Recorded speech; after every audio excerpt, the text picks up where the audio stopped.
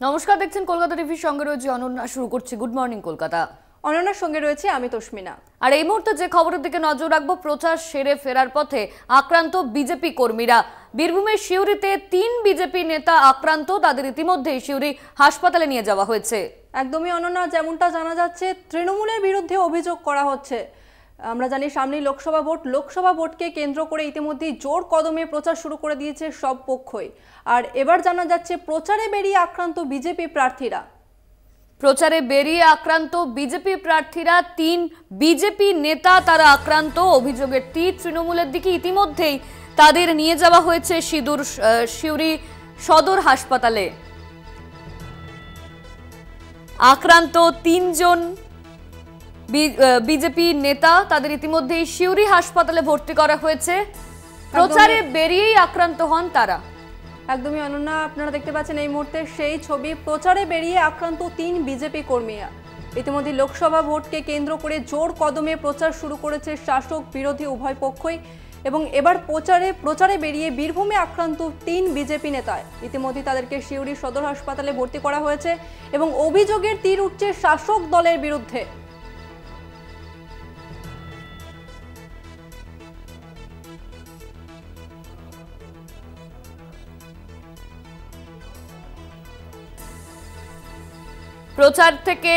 প্রচার সেরে ফেরার পথে আক্রান্ত 3 বিজেপি কর্মী, তাদের ইতিমধ্যেই সিউড়ি হাসপাতালে নিয়ে যাওয়া হয়েছে। এই নিয়ে বিস্তারিত জানবো। আমাদের সঙ্গে রয়েছেন আমাদের প্রতিনিধি মনা বীরবংশী। মনা, 3 জন বিজেপি নেতা তারা ইতিমধ্যেই আক্রান্ত হয়েছে, প্রচার সেরে ফেরার পথে আক্রান্ত।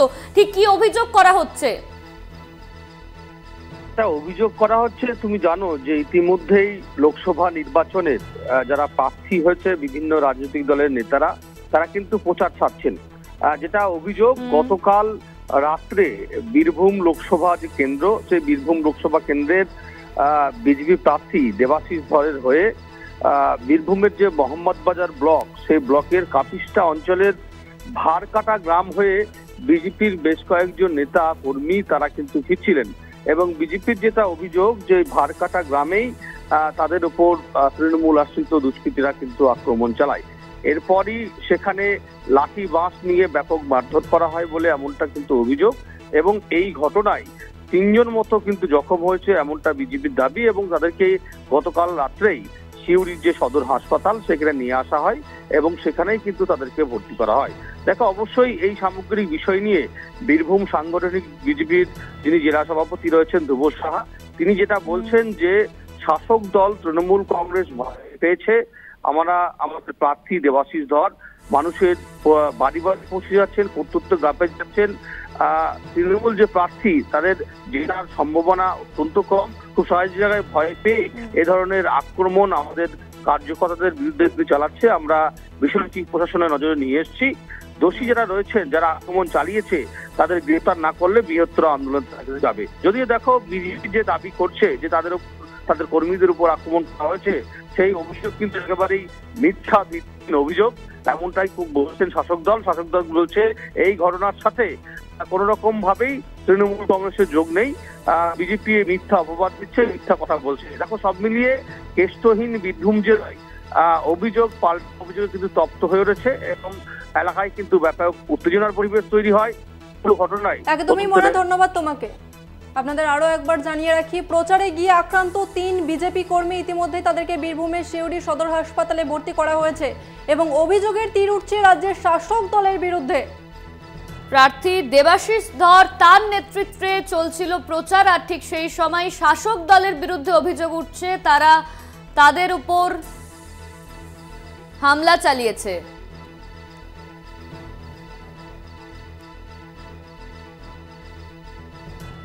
তৃণমূল ভয় পেয়েছে। ভারতীয় জনতা পার্টির একটা মিটিং করে আমাদের কর্মীরা, নরেন মিস্ত্রি, রামপুরহাট 1 নম্বর মঙ্গলের জেনারেল ওর নেতৃত্বে একটা মিটিং করে ফিরছিল। আর অন্ধকারে তৃণমূল আশ্রিত দুষ্কৃতীরা, যারা এতদিন পর্যন্ত তোলার টাকা খেয়েছে, তারা বুঝতে পারছে যে তৃণমূলের শেষ হবে।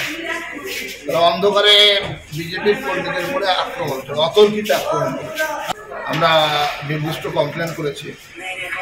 আশা করব পুলিশ তার সব বিচার করবে এবং না হলে আমরা বৃহত্তর আন্দোলনে আগামীকাল নামতে বাধ্য হব। যে কতজন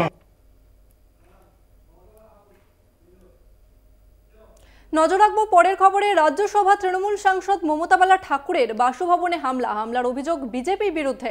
কেন্দ্রীয় মন্ত্রী শান্তনু ঠাকুরের নেতৃত্বে হামলার অভিযোগ। গাইঘাটা থানায় অভিযোগ দায়ের মমতা বালা ঠাকুরের। তৃণমূলের তরফে ভিডিও দেখিয়ে অভিযোগ করা হয়েছে।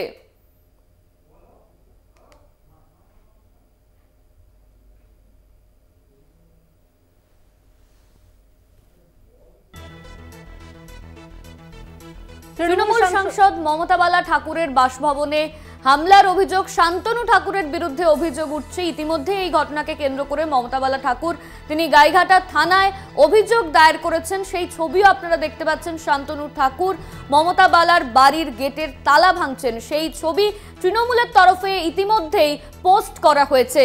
গাইঘাটা থানায় অভিযোগ দায়ের মমতা বালা ঠাকুরের। একদমই অনন্যা, গতকাল রাতেই এই ঘটনা ঘটে। আমরা জানি রাজ্যসভা তৃণমূল সাংসদ মমতা বালা ঠাকুর এবং তার বাসভবনে হামলা এবং হামলার অভিযোগ উঠছে বিজেপির বিরুদ্ধে। বিজেপির কেন্দ্রীয় মন্ত্রী শান্তনু ঠাকুরের নেতৃত্বে হামলার অভিযোগ যেমনটা জানা যাচ্ছে এবং গাইঘাটা থানায় অভিযোগ দায়ের করা হয়েছে।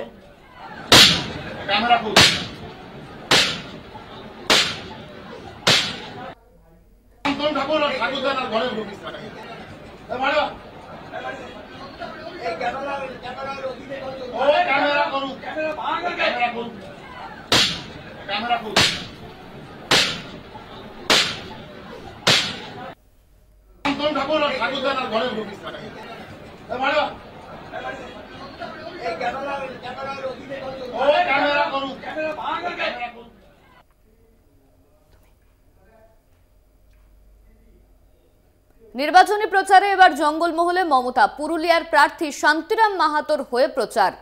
মূল টার্গেট বিজেপি, ফোকাসে ভূপতিনগর। ভোটে ইভিএম কারচুপির অভিযোগ তৃণমূল নেত্রীর।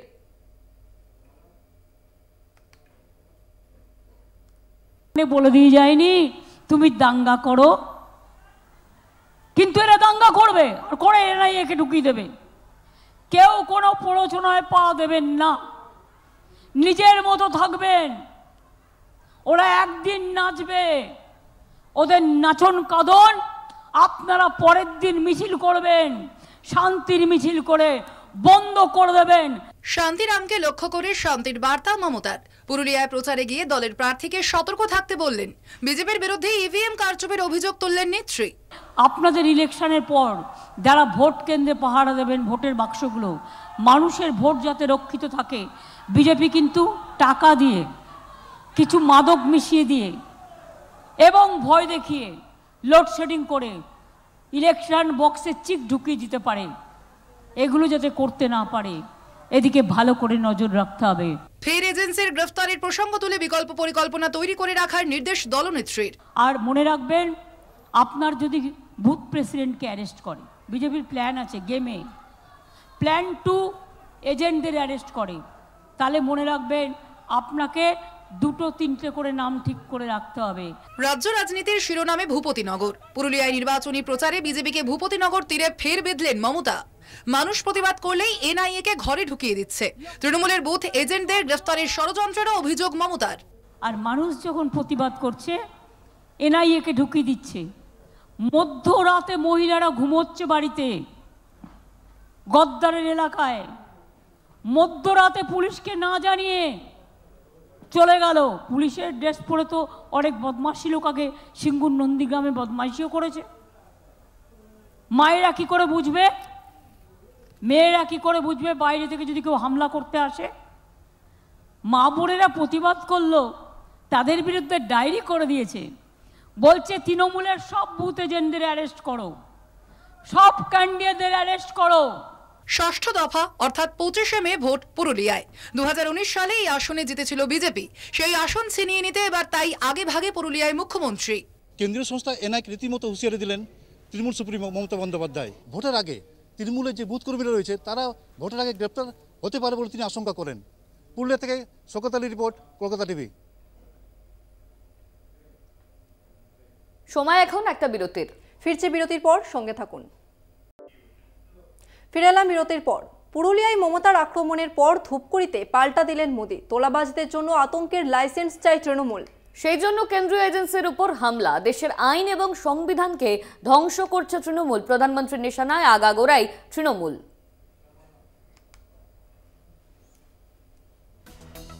সন্দেশখালীর পর এবার হটস্পট ভূপতিনগর। ভোটের মুখে ফের ইস্যু এজেন্সি। এনআইএর ওপর হামলার ঘটনাকে হাতিয়ার করে তৃণমূলকে বেঁচছে বিরোধীরা। শাসক দলের দুর্নীতি টেনে এনে একের পর এক আক্রমণ সারাচ্ছে বিজেপি। এই আবহে বঙ্গ সফরে এসে ভূপতিনগর কাণ্ড নিয়ে সোচ্চার হলেন প্রধানমন্ত্রী নরেন্দ্র মোদী।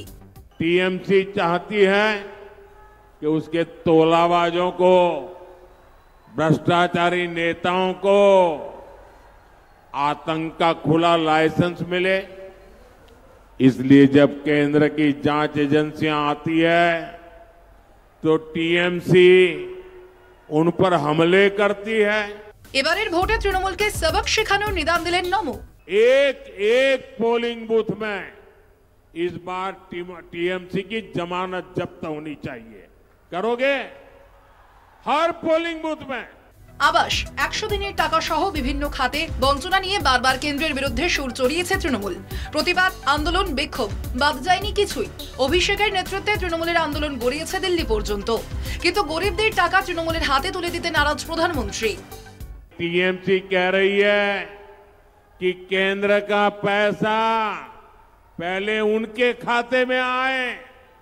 अब आप मुझे बताइए, जनता के हक का पैसा मैं टीएमसी को कैसे लूटने दूं? শিক্ষা দুর্নীতি হোক বা রেশন দুর্নীতি, বাংলায় আর কোনো দুর্নীতি বরদাস্ত নয়। 4 জুনের পর থেকে তদন্তের গতি আরো বাড়বে। জলপাইগুড়ির জনসভা থেকে হুঙ্কার ছাড়লেন মোদী। ये लोग चाहे जितनी साजिश कर ले, मैं आपको गारंटी देता हूं 4 जून के बाद भ्रष्टाचारियों के खिलाफ कार्रवाई और तेज होगी। ফের মোদীর মুখে লুটের টাকা ফিরিয়ে দেওয়ার প্রতিশ্রুতি। शिक्षक भर्ती में गरीब लोगों के पैसे गए, सरकारी नौकरी में गरीबों के पैसे गए, और जिनका पक्का मिलता है कि हाँ इससे पैसा गया है, तो जो 3000 करोड़ रुपए इनके अटैच किए ना, मैं इन गरीबों को वापस करवाऊंगा। দুর্নীতি, জমি দখল, তোলাবাজি, একাধিক ইস্যুতে তৃণমূল নেতা মন্ত্রীদের কাছ থেকে কোটি কোটি টাকা উদ্ধার করেছে কেন্দ্রীয় এজেন্সি। এর আগে ইডির বাজেয়াপ্ত সেই 3000 টাকা গরিবদের মধ্যে বিতরণের প্রতিশ্রুতি দিয়েছিলেন নরেন্দ্র মোদী। রবিবার জনসভা থেকে আবারও সেই বার্তাই পৌঁছে দিলেন প্রধানমন্ত্রী। রেশন দুর্নীতি, শিক্ষা দুর্নীতি থেকে শুরু করে সন্দেশখালীতে যারা অন্যায় অত্যাচার করেছে তাদেরকেও কড়া শাস্তি দেওয়া হবে। এমনকি আগামী 4 জুনের পর কেন্দ্রীয় এজেন্সির তৎপরতা আরো অনেকটাই বাড়বে বলে জানিয়েছেন প্রধানমন্ত্রী। জলপাইগুড়ি থেকে সুজিত দের সাথে কৌস্তব ভৌমিক, কলকাতা টিভি। এখন সময় আরো একটা বিরতির। ফিরছি বিরতির পর, দেখতে থাকুন কলকাতা টিভি। ফিরে এলাম বিরতির পর। এনআইএর বিরুদ্ধে শ্লীলতাহানির অভিযোগ ভূপতিনগর থানায়। শনিবারই এনআইএর বিরুদ্ধে সুর চড়ান মুখ্যমন্ত্রী। আর এবার ধৃত তৃণমূল নেতা মনোব্রত জানার পরিবারের দায়ের করা অভিযোগ ঘিরে আরও তীব্র হলো রাজ্য কেন্দ্র সংঘাত। সন্দেশখালীকে মনে করাচ্ছে পূর্ব মেদিনীপুরের ভূপতিনগর। 2022 সালে বোমা বিস্ফোরণের তদন্তে শনিবার ভোররাতে ভূপতিনগর যায় এনআইএর তদন্তকারী একটি দল। জিজ্ঞাসাবাদের পর অর্জুননগর অঞ্চল তৃণমূল সভাপতি বলাই মাইতি ও নারুবিলার বুথ সভাপতি মনোব্রত জানাকে গ্রেফতারের পর এনআইএ অফিসারের ওপর হামলা চালানোর অভিযোগ ওঠে। শনিবারই হেমতাবাদের সভা থেকে ভূপতিনগর কাণ্ডে এনআইএ ও বিজেপিকে এক ব্র্যাকেটে বসিয়ে সুর চড়ান মমতা বন্দ্যোপাধ্যায়। রাতের অন্ধকারে গ্রামে ঢুকে বাড়িতে হামলা চালালে প্রতিরোধ তো হবেই। তৃণমূল বারবার এই অভিযোগেই সরব হয়েছে। এবার ভূপতিনগর কাণ্ডে এনআইএর বিরুদ্ধে শ্লীলতাহানির মামলা রুজু করলেন ধৃত তৃণমূল নেতা মনোব্রত জানার স্ত্রী। তল্লাশির নামে এনআইএ টিম তার উপর অত্যাচার ও শ্লীলতাহানি করেছে বলে অভিযোগ। 325 ধারায় মারধর, 354 ধারায় শ্লীলতাহানি, 506 ধারায় ভয় দেখানো সহ একাধিক ধারায় শনিবার রাতে মামলা রুজু হয়েছে ভূপতিনগর থানায়।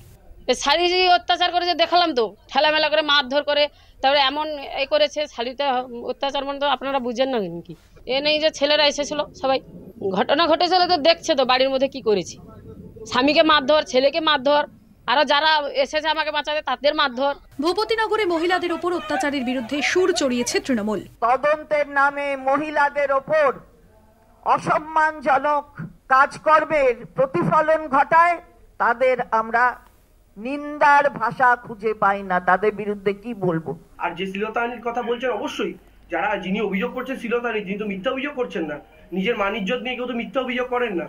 আর সিবিআই এনআইএ এর যারা অফিসার আসছেন, সেই অফিসারগুলো তো আসছেন বিজেপি শাসিত সেই রাজ্যগুলো থেকে, আর সেই রাজ্যগুলোয় তো কি অবস্থা হয় মহিলাদের মান সম্মান নিয়ে আমরা দেখি।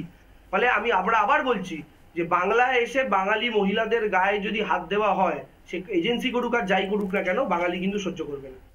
ভূপতিনগরে এনআইএ টিমের উপর হামলার ঘটনায় উত্তপ্ত গোটা এলাকা।